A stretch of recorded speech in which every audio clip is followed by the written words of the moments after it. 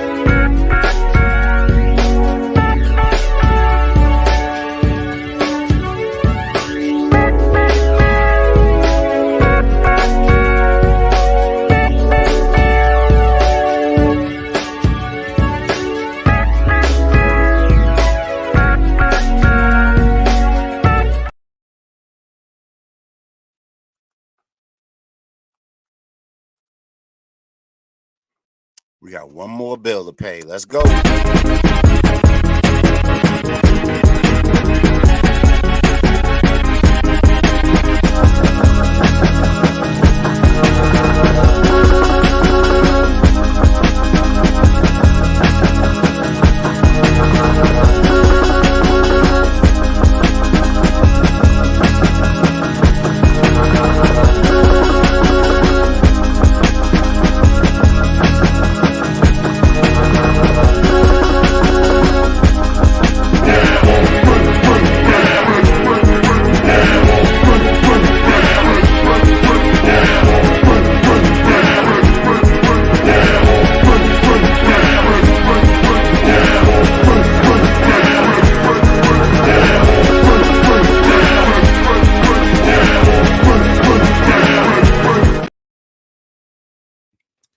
That's right. Welcome to the Big House Breakdown. I am your host, Vic, and you have locked in for another ride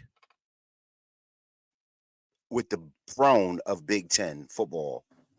All things Michigan Wolverines and Big Ten football and college football for that matter. So let's talk about it. Get in, get your questions ready, make sure they're heady, jump on in. We deep enough to swim in over here. Come on in, let us know where you at.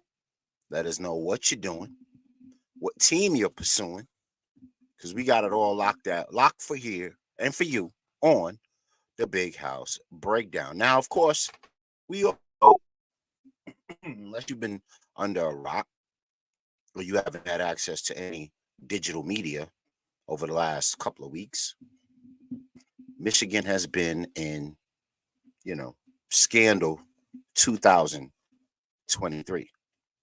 And we're not just here to talk about Michigan, we're here to talk about all your college football teams, but we focus on the Michigan Wolverines, right? So we want to get it in. We want to talk about it. We want to be about it. Because guess what? Everybody has done what Michigan is being accused of doing in some form or fashion, in some higher or lesser degree. It's all popped off in that way. So, you know, we can't go crazy over everything that's happening, but, we got kind of some crazy things had developed. So last week, what we talked about last week was that this was like Game of Thrones ish, right? Right. So, meaning, I got two analogies for you with this, right? One is like a bunch of car salesmen on a car lot, and it's getting toward the holiday season and they want their bonus. And then, of course, the holiday season happens when bowl season happens and when championship season happens. And because those things are interlocked, and what's going on with the Michigan Wolverines. And we know we got a lot of people with skittish draws right now, mostly Ryan Day and Ohio State. We know that they are very insecure about their job. James Franklin doesn't want to get beat by the Michigan Wolverines anymore, and neither does Ryan Day. And I'm sure they're getting a lot of heat from their people about getting results and getting results done. So, we had a lot of things that took place over this particular. We had a witch hunt by the media. We had Michigan manifestos. We had private firms hired. We had mystery tickets. We don't know who went, what they did, who hired who went where. We got folks that were military ops. We got vague NCAA rules. We got possible rogue agents inside of Schembechler Hall. We got media games. We got no formal charges yet. We got crazy flash drives lurking everywhere all over college football. We got goblins. We got garbage pail kids. We got everybody wanting Jim Harbaugh to go back to the NFL, all because he was punished for what is considered a cultural norm in college football. It's a part of scouting. It's a part of what you do to prepare your team to move into upper echelons of competitive spirit and competitive nature as teams and players. And then there's this: the entire Big Ten football administration. So I'm talking coaches, ADs, administrators went to the head of the Big Ten, Tony Petitti, and demanded that something be done right now. And if you want to jump in right now and join the show, you can. You can jump on the stage with me and chop it up about college football, about all things Michigan, about all things college football. Let me know. I'm interested in talking ball. I'm tired of looking at all these YouTube and all of these internet videos that have everything to do with anything about the scandal and nothing to do with college ball. So the link to talk, if you see it on the bottom, it's VFPH5H IRJG.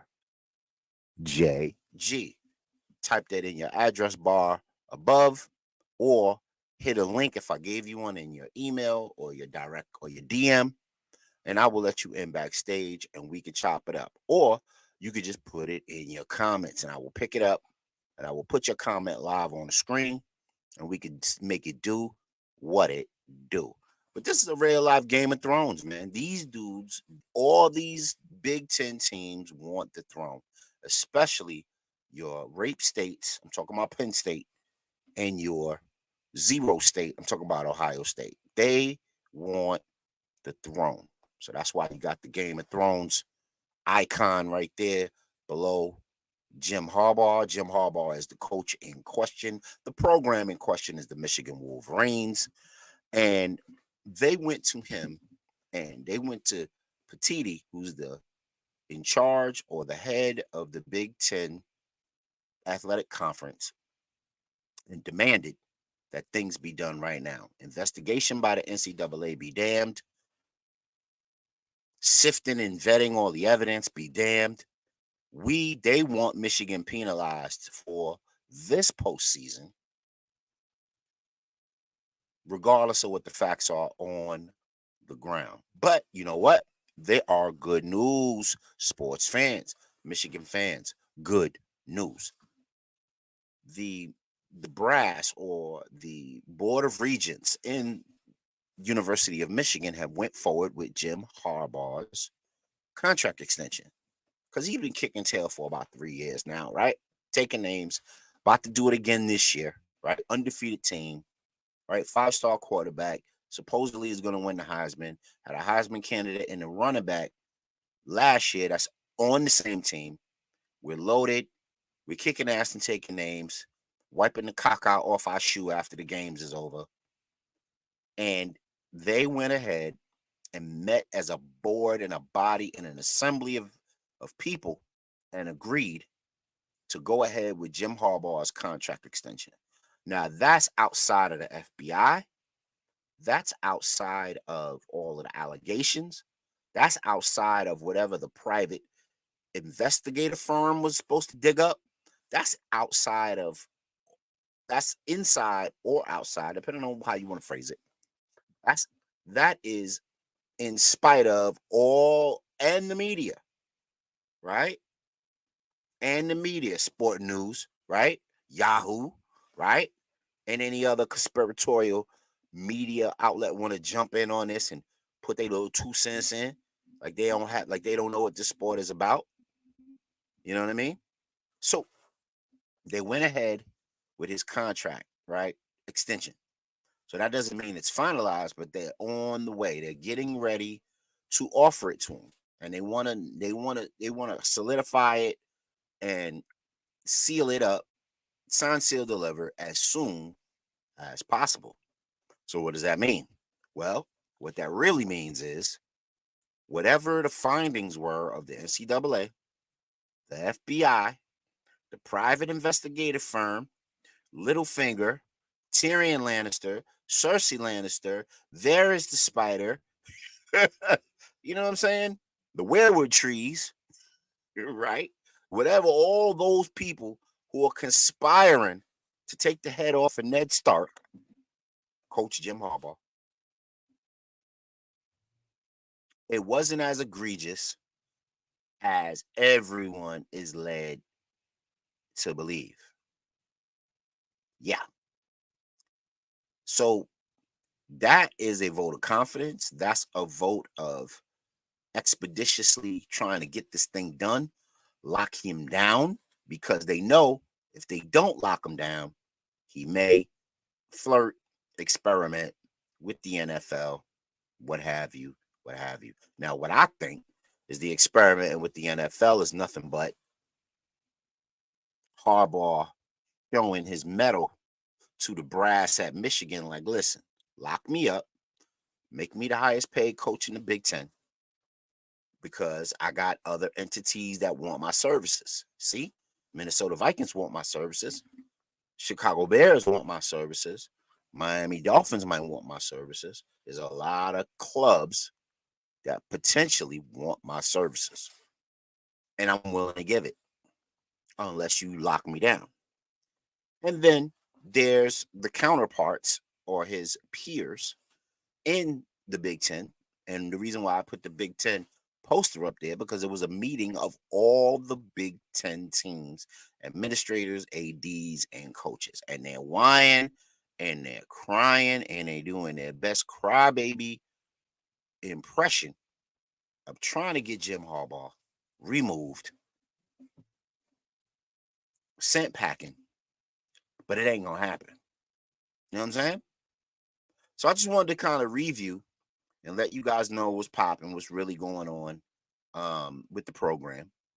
And this has been the central story for the last couple of weeks now. And I swear to beans, every day I'll turn on whatever I turn on, and there's some new nugget that someone somewhere is trying to ruminate about. You know what I mean?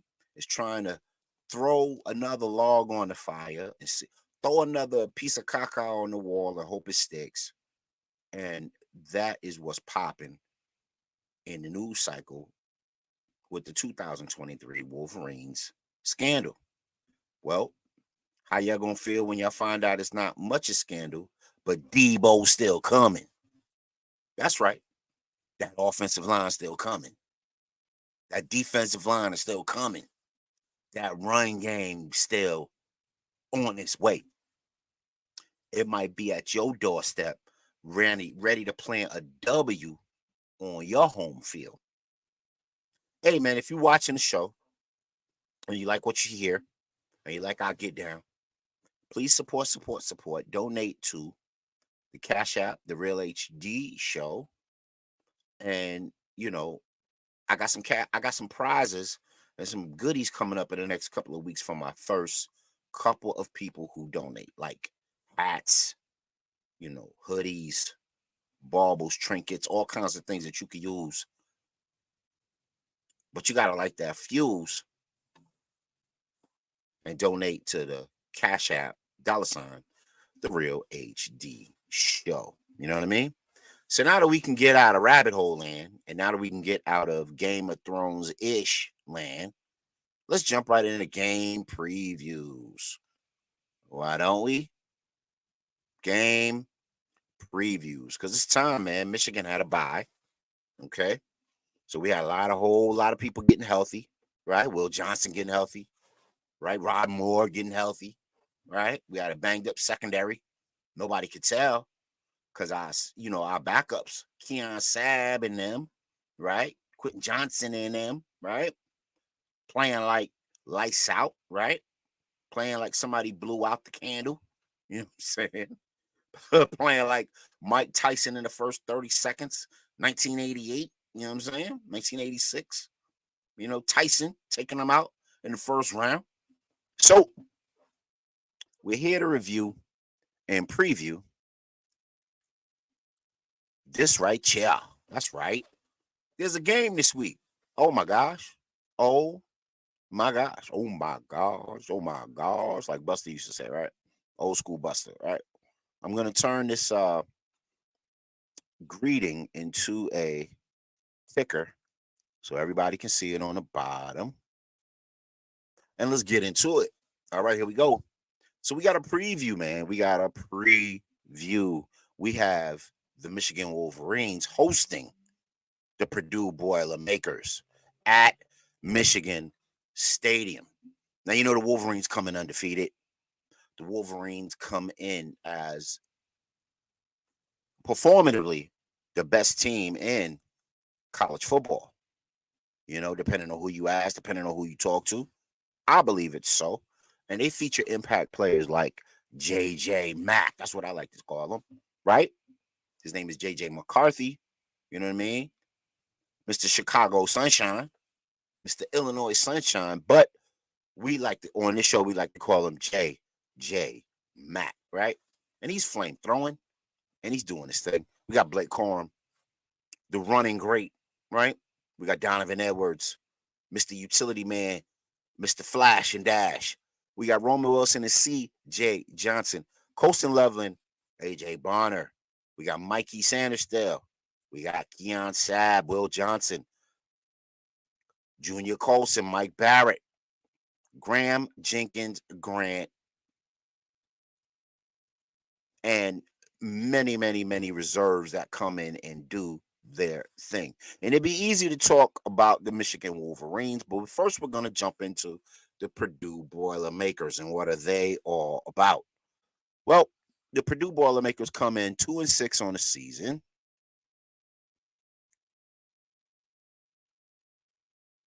Only Big Ten win is to Illinois, right? Michigan is favored to win this game by 32 points. That's kind of the spread. The sports metrics give Michigan a 97% chance of winning, right? Like I said before, 2-6 on the season. Their only Big Ten win is to Illinois. They lost to Nebraska last, and Michigan dominated Nebraska. So that's kind of a clue of how this one is going to play out. Now let's talk about the matchups, okay? So as you can see, I already kind of sifted and vetted it for you. So you see that Michigan is going to be superior in almost every skill position on the field. Special teams, you can kind of flip a coin about that. Michigan really hasn't had to use their special teams in any sort of performative way this year, but they've gotten great contributions from the transfer kicker. I believe his name is Turner. And they've also gotten great contributions in the kick return game from Tyler Morris. So we want to also talk about skill positions. So even though JJ Mack is heads and shoulders better than the quarterback Hudson Card, Card is 8 touchdowns on the season, but 7 interceptions. You know what I mean? And on the season, he leads a Purdue Boilermakers team that has 13 turnovers on the season. Now he can get out there and scramble. He's not a slouch. He ain't nobody's, he ain't nobody's bedwetter. He's not afraid to scramble around, extend the play, get involved with stuff, put himself on the line, and extend plays. But he likes to sidearm the ball as he throws it. Talking about quarterback Hudson Card for the Purdue Boilermakers. And I believe, when you do your little Bernie Kosar rendition, that's for all the old school heads, you're gonna lead to some issues. You're gonna have some long-term issues sidearming it, Bernie Kosaring your way through as you're scrambling. But then they're also headed up by I believe he's a second or third year starter, Devin Maccabee rather, right? 400 yards on the season, 4 TDs, and he splits time with Tyrone Tracy. And Tracy is more of a kind of dual threat type of cat who could catch the ball out of the backfield. He's the speed complement to Maccabee's, one cut slash style of running. And then you got wide receiver Dion Burks leading the team with 400 yards and 5 touchdowns. You also have wide receivers Miller, Sheffield, Dixon. Now all of them are scrappy. All of them like to do their thing. They like to mix it up, right? Like they like to run lots of crossing routes, lots of sitting routes, lots of routes that extend the field. But Dion Burks is who they want to get the ball to. Sheffield also contributes mightily. And one thing about this offense, though, is they put the ball on the ground. Okay. So recently they had a game where they turned the ball over an awful lot, putting the ball on the ground 4 times. You know what I mean? Their defense isn't anything that's, brag about. No big names there. You got a couple of weak sisters on the defensive line. And what I mean by weak sisters is if you played ball before and you've done like a scouting report before, you try to find a weak link in who's on on the scouting report. You say, okay, how are we gonna attack this defensive line, this 30 front or the 40 front or the odd front or the even front, depending on what lingo your coach likes to talk, whatever lingo your coach likes to speak, right? And then what you do is you start out by finding who's the weak sister on the line, who's the weak link in that defensive line, and then you go after them. You run your stunts, you run your blitzes, you run all your offensive, you run all your defensive and offensive things off of the weak link on both the offensive line and the defensive line. And you try to get it done there. But on defense, Purdue features Langham on the defensive line. It features Nichols on the defensive line. As linebackers, they have Brown and Diamond, and then they have Rogers. And I also believe, let me look at my paperwork because it'll always be too much to just talk that ish. Yeah, Rogers. That's who's there. That's who they rely on defensively. Those are kind of like their standouts. As a whole, they're kind of scrappy, but you know, mightily outmatched, especially when you're talking about our defensive line featuring Mason Graham, Jenkins, Grant. You know what I mean? It's just too much for them, and just way too much for them. Um, Now this is a team that lost to Nebraska, who we just, you know, we put our foot in Nebraska. So I don't really see how Nebraska is going, or how Purdue is going to stand up against a Michigan squad that, if they lost to Nebraska. Now, any given Saturday, any given Sunday, anything can jump off. But I'm gonna say this again, and I'm gonna say it for later in another segment that we're gonna get into, with the battery in Michigan players and coaches' backs that this scandal has provided. It has provided plenty of motivation for the best team in football to go out there and kick some patookie and kick some wholesale ass and cash a whole lot of wolf tickets that a whole lot of teams have been selling. Now let's get into the eye test. We're going to do the eye test right here on the Big House Breakdown. Okay. So if you still want to participate in the show, the link is down there on the bottom. You might have gotten it in your DM or in your in the promo of the show, and you can use that and jump on board. But let's talk about the eye test. Now the eye in the sky don't lie. So if you've ever been to a college football practice, you'll have a big scaffold on the field, maybe 3 or 4 or 5 cameras going on, and they will be taping everything that goes on in the practice period. And then the coaches go back and they watch it and they digest and they analyze and they vet and they break down. And we try to understand how to make teams better. And hopefully, practice is facilitating that, right? So, the eye in the sky don't lie, right? And that's one of the major metrics that we use in football, especially college football, to tell us where we are at and how we are getting down and what is going on. So, once again, we got our stars next to our impact section. And what do those ninja stars mean? Not only are they impact players, but they are weapons for their particular college football squad, right? So, Michigan features J.J. Mack, Blake Corum, Donovan Edwards, Roman Wilson, C.J. Johnson, Lovin, Barner are the tight ends that get it done. The offensive line features Zinter and Trevor Keegan.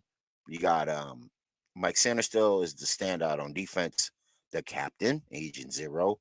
You got Keon Sabb that also has, I believe he has a touchdown on the season, but he also has a bunch of interceptions. You have Will Johnson that has a touchdown on the season from the interceptions. And you have Colston.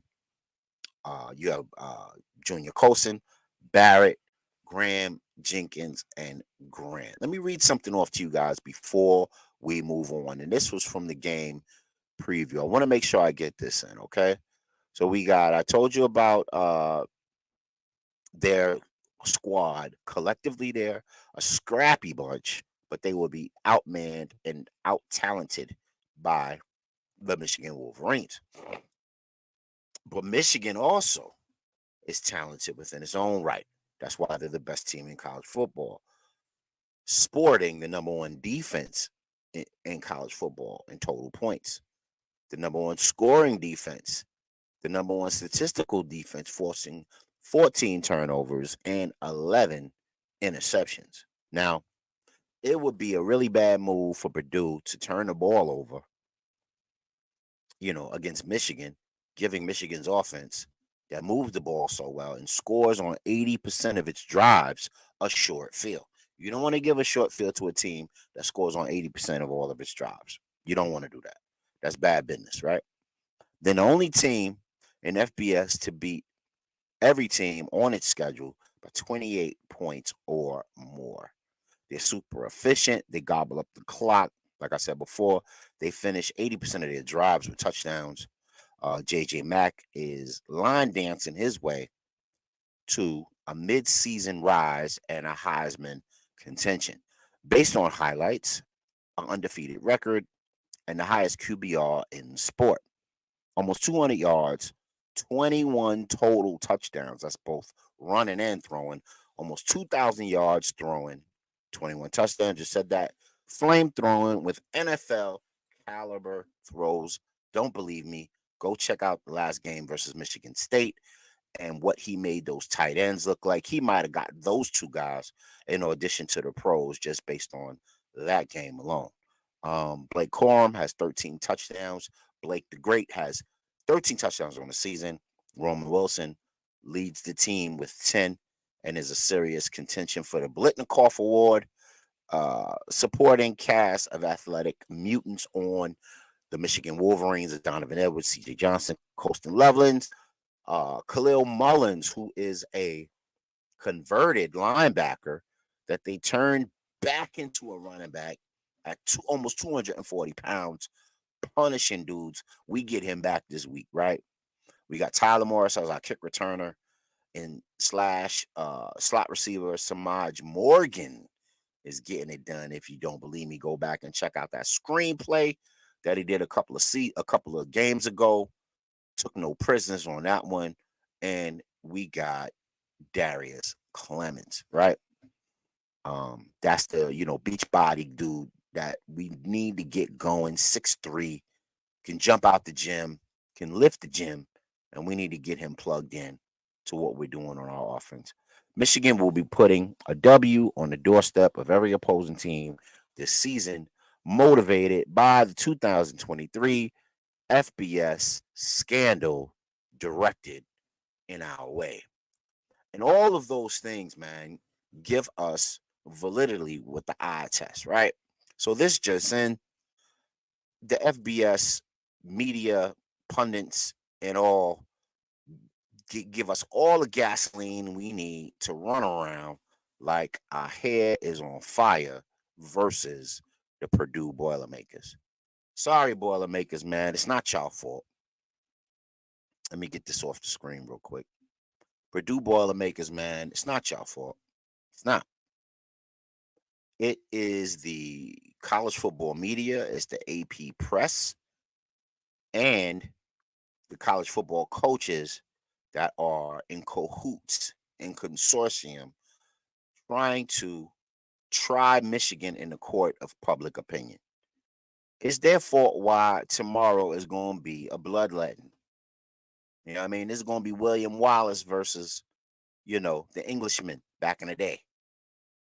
It's going to be a bloodletting, man. I mean, Jim Harbaugh is not that type of dude to put a whole, 70 burger on the board. I would. All right, hot take, man. Let's get to hot take. Okay? On the Big House Breakdown. So that's another section of the Big House Breakdown. Well, we kind of use our sight beyond sight to try to understand how Michigan is going to win its next game against the Purdue Boilermakers. Okay? So they're going to wear Purdue out. So you see my little You see my man with hands on knees, hands on your knees, hands on your knees. Everybody clap your hands, right? So we're not talking about line dancing, but we talking about what Purdue gonna look like by the end of the second quarter when Blake Corum, Donovan Edwards, and Khalil Mullins and Ben Hall. We got four of them dogs that's gonna come through and pound, pound, pound. You know what I'm saying? I don't know if y'all remember Harlem back in the day. They used to you give $1 to the brother with the incense and the oils, and he'd give you a chew stick. Well, Michigan is chewing up the clock like it's an old school chew stick. What's your flavor? I used to like strawberry, but I digress. The next one we're gonna do is force bad QB play into turnovers. That's a hot take. Uh, that's basically Michigan's MO on the year. Is that they go out, they force teams to turn the ball over in the secondary with a pro style coverage scheme. Our defensive line with them boys Stewart and Moore, right, and McGregor, right, and Jenkins and Graham and the whole party coming through and getting it done. So we force bad quarterbacks into turnovers. And so far, we've been super, super successful. So I would say that has been where Michigan has took a step as a team.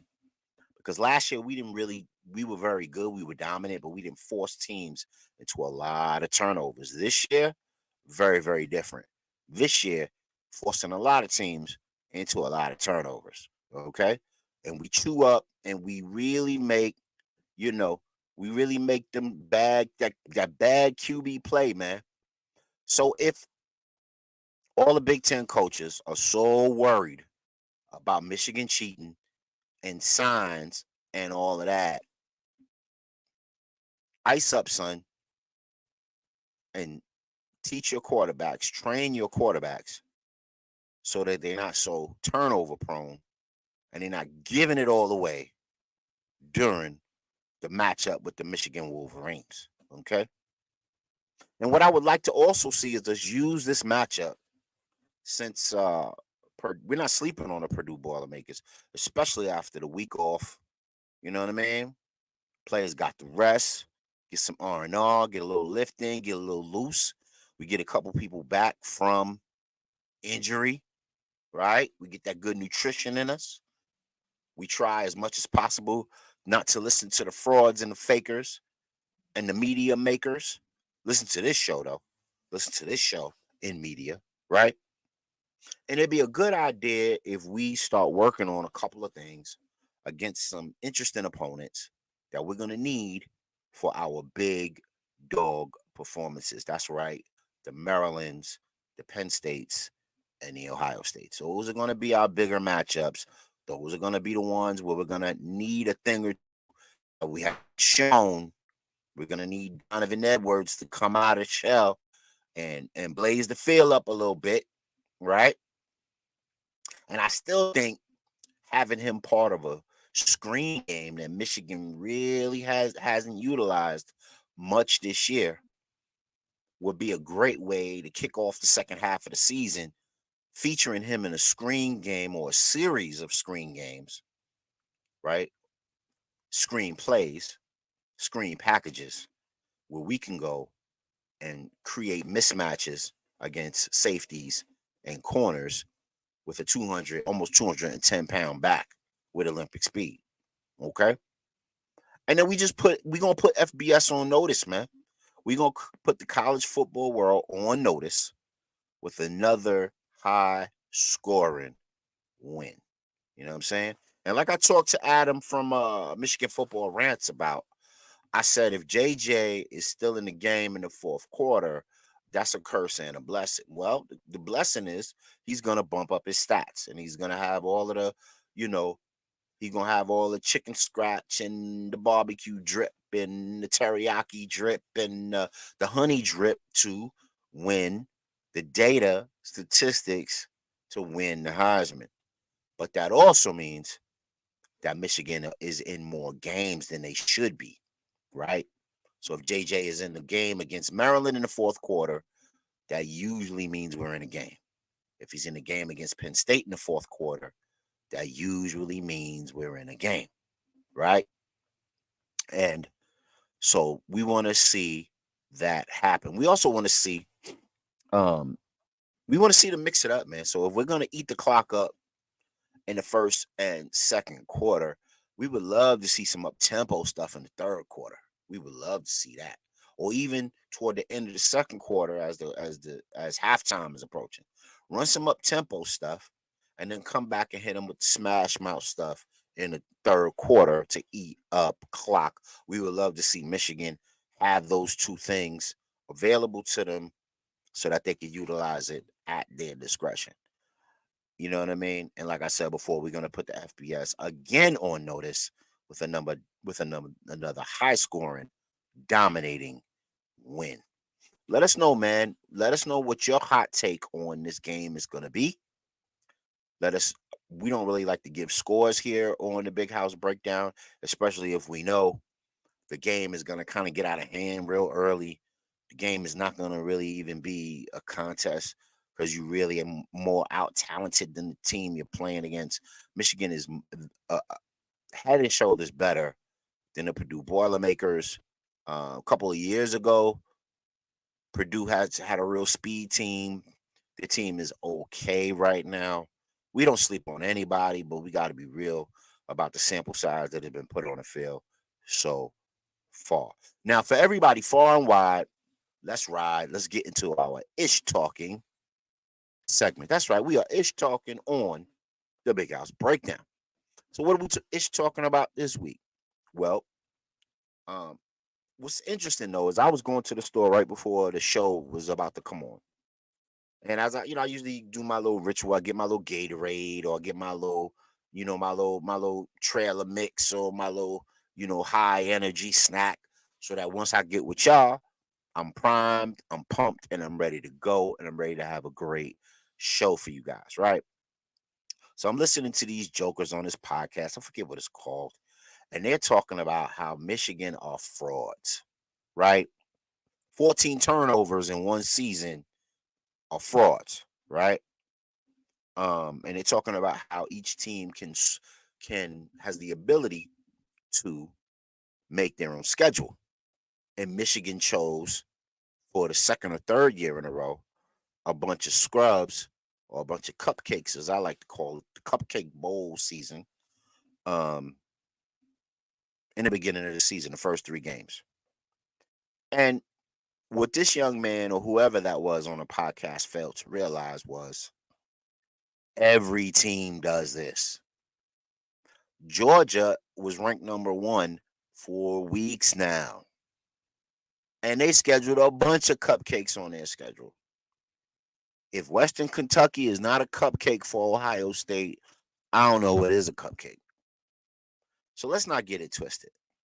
Michigan has a 76th best schedule, and Georgia might be right up there with the 100th best schedule in FBS competition. Now, the wins against Notre Dame and Penn State for zero state are the things that keep them in contention, which is why on Tuesday, when the playoff committee got together and they decided to rank everybody and they're really heavy on strength of schedule, this is the reason why Ohio State became number one with a bullet. But if you looked at Ohio State's body of work this season, if you looked at how shaky Kyle McCord is, if you looked at the health of that roster looked like a mass unit. I'm kind of dating myself. Colonel Klinger and all them jokers. Hot Lips, Houlihan. Them dudes is carting people off the field left and right, up and down.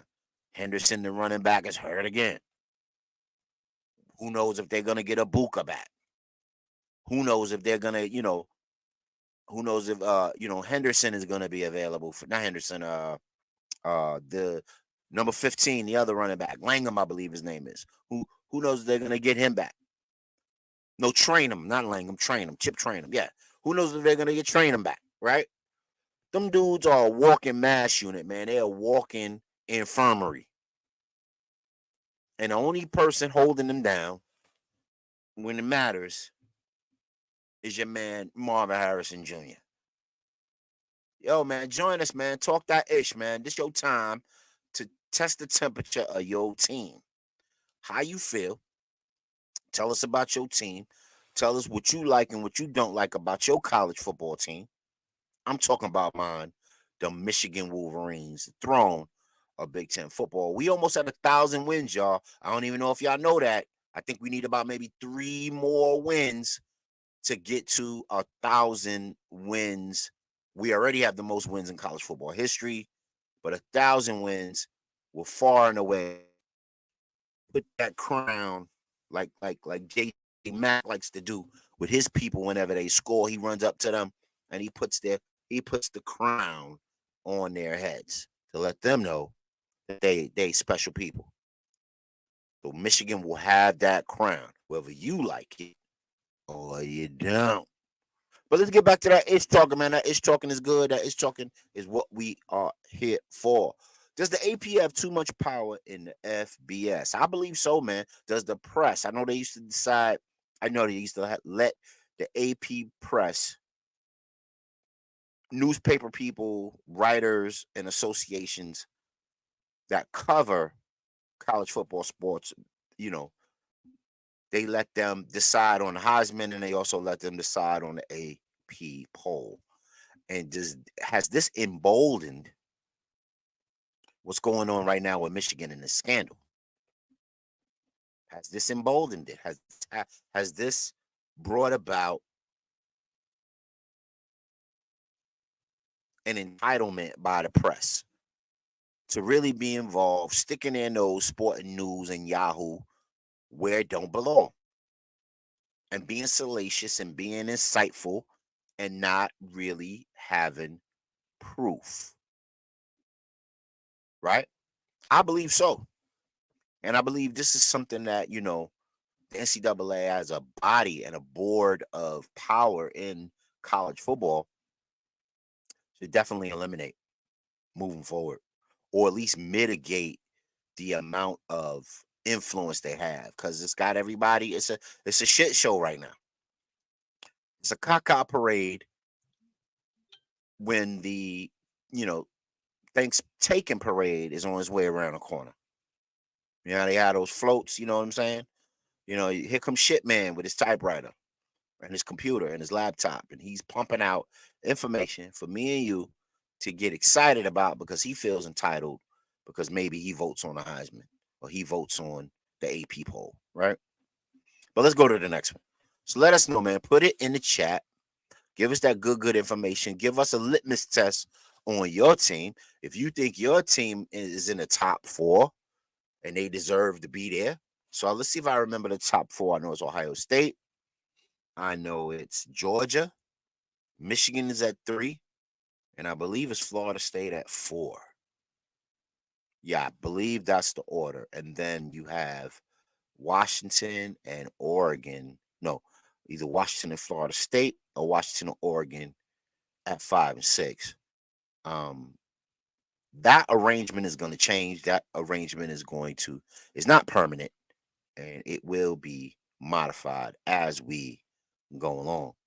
I don't know if anybody saw it, but I also want to talk about the theft in the Colorado locker room. And is that a sign that the NIL is out of control?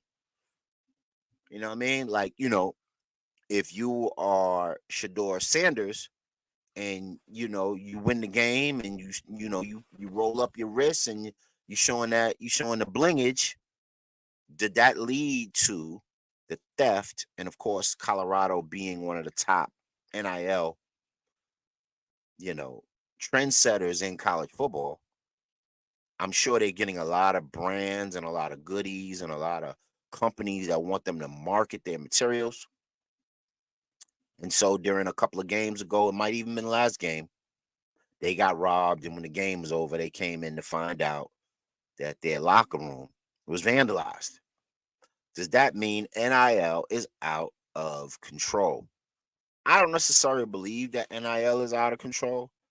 I just think that you need to coordinate it better, and I think you need to kind of, if you, especially if you're a coach and you're in an athletic department, you need to have policies in place that protect the players, and because they're young men too, and they want to sport their little bling, and they want to sport their little wares and what it means and how they move, and they want to impress the little, the young ladies with their wares, and and it's about time, man, because they've been using their likeness for decades.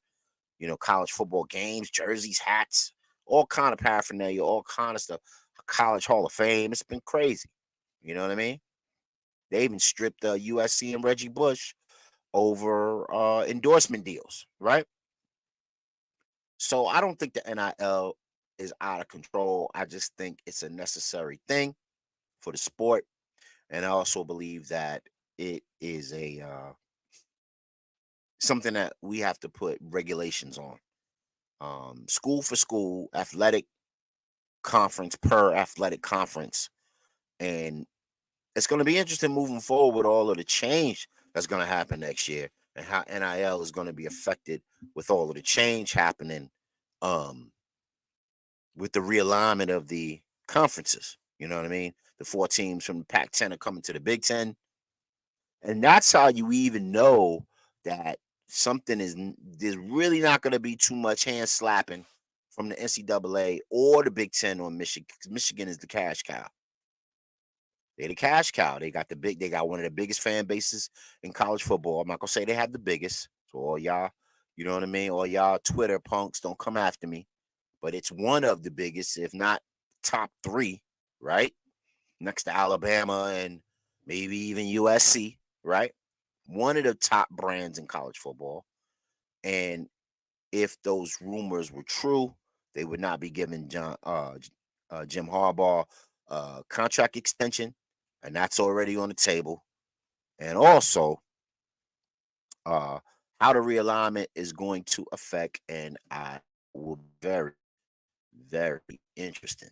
Um, and now that the Big Ten is going to take on four new teams, I'm not sure if they're going to go back to East and West, or legends and leaders. I don't know how they're going to split that up as a Big Ten conference, but it would be very interesting, the piece of the pie that happens when you got USC, Michigan, Ohio State, UCLA, Stanford, all in the same conference, right?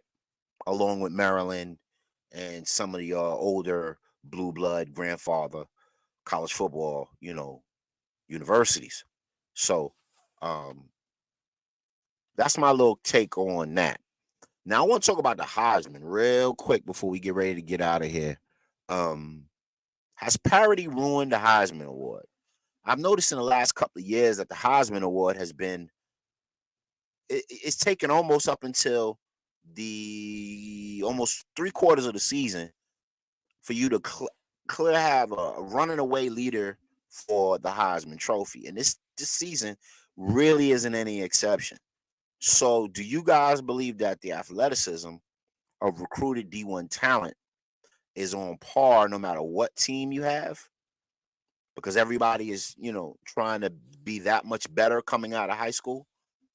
And 5 star is a 5 star.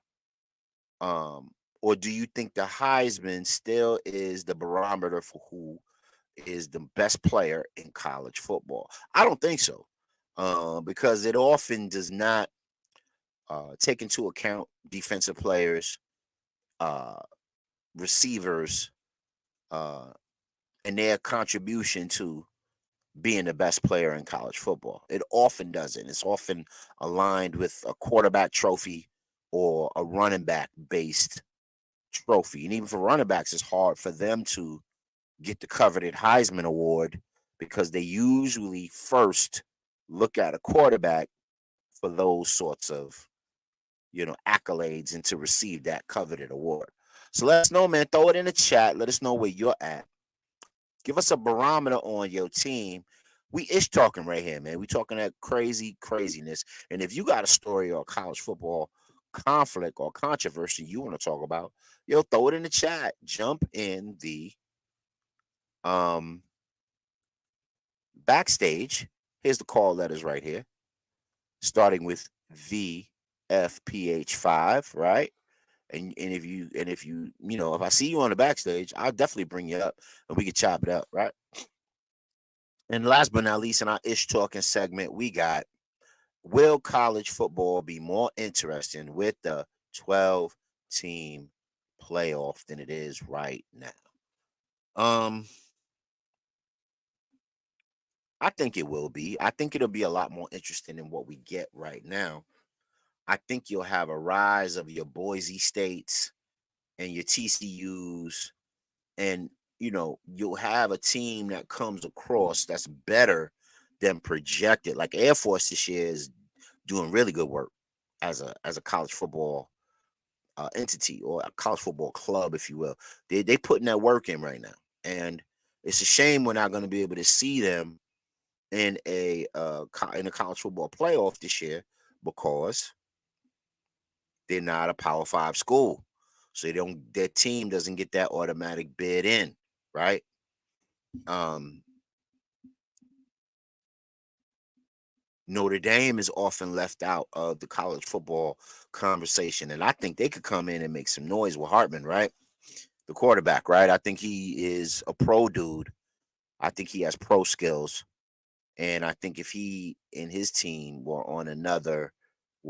in a conference like the Big Ten or even the Big 12, well, I would love to see Notre Dame in the Big 12. That'd be interesting. Notre Dame versus Texas every year. Ooh, that'd be nice.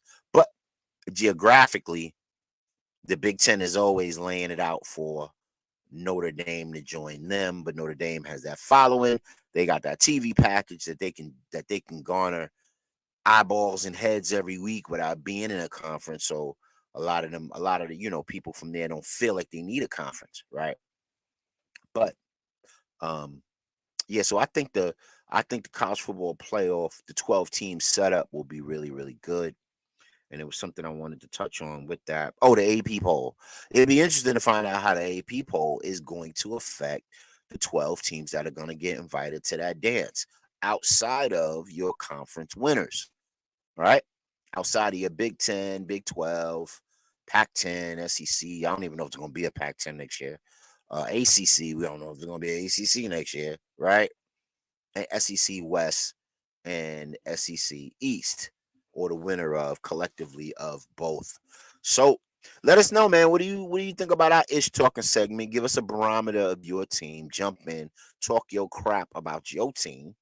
This is your moment to tell us how great your team is and how valuable they are to the college football universe as it stands. So we are pretty much done with that. Now, otherwise, I would do our weekly pickums, but we're not going to do that. I'm going to get ready to sign off from the Big House Breakdown. I'm your host, the Vic.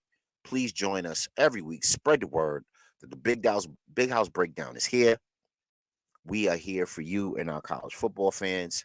We want y'all to join us, especially the crew from A2. You know what I mean? Please join us every week, every Friday, 6 p.m. on all platforms. Keyword, the Big House Breakdown. Facebook, Instagram, YouTube, Twitch TV, Twitter. We are all over the place. We are the Big House Breakdown. Like, share, and subscribe. Let's ride. Get in here with us. Let's have this conversation. Peace and walk with power. And watch some games on Saturday, man, so we can get in it. We can get it in. Hit me up in the chat about what you liked. Timestamp anything you liked about this show. Give me your next week. We're gonna catalog all the questions that we've gotten on the show and answer some questions in a round robin type of format, because I'm getting a lot of email questions from you guys to go over. It seems like people are a little shy about jumping on. They'd rather email me questions. So that's fine. That's cool. However you get it in, we'll get it in. We are the Big House Breakdown. Like, share, subscribe. And as always, go blue. Let's ride. We out. Peace.